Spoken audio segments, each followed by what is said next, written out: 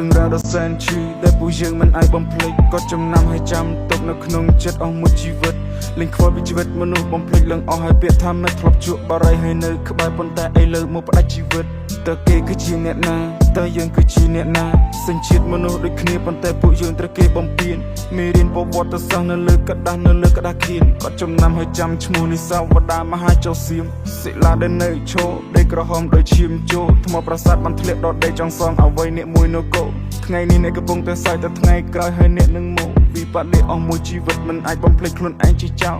ចោលសម្បុកអ្នកមានប៉ុន្តែមកឆ្លៀនពៀនអ្នកក្រចោលដេចានៅក្នុងសៀវភៅទៅធ្លាទុកលេខប៉ុន្តែកំពុងរងចាំផ្លូវល្អតែសម្បកតែបេះដូងខ្មែរសតែដំបើ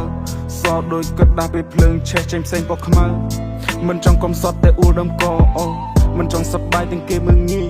ខំគ្រប់ត្រូលរបស់ប៉ុន្តែកម្លាំងគេដាក់ពង្រាយកុំភ្ញាក់ខ្លួនប៉ុន្តែមួយភ្លាត់ឲ្យវេទនាដូចត្រូវទំនីពួកយើងមិនខ្សោយទេក៏ពួកយើងមិនចាញ់ដែរដែលពួកយើងនៅទីនេះសិតតែស្រក់ឈាមបងប្អូនខ្មែរសាមគ្គីជាជាតិសាសន៍រក្សាទឹកដីដែលខំថែឆន្ទៈយើងសិតតែឆ្នាំធានាការពារគេដំណើរ